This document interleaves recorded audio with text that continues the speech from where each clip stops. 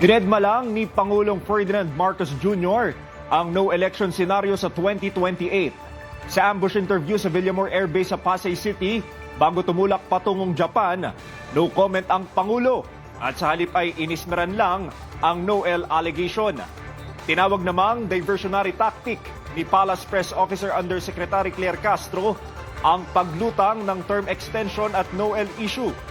Giit niya, target lang niya na ilihis umano ang atensyon ng publiko sa impeachment trial ni Vice President Sara Duterte sa shooting incident at sa pag-alis ni Senador Ronald Bato de la Rosa. Meron tayong batas patungkol sa susunod na eleksyon, 2028. So, nakakasiguro tayo na ang Pangulo ay susunod sa batas. I wanted to know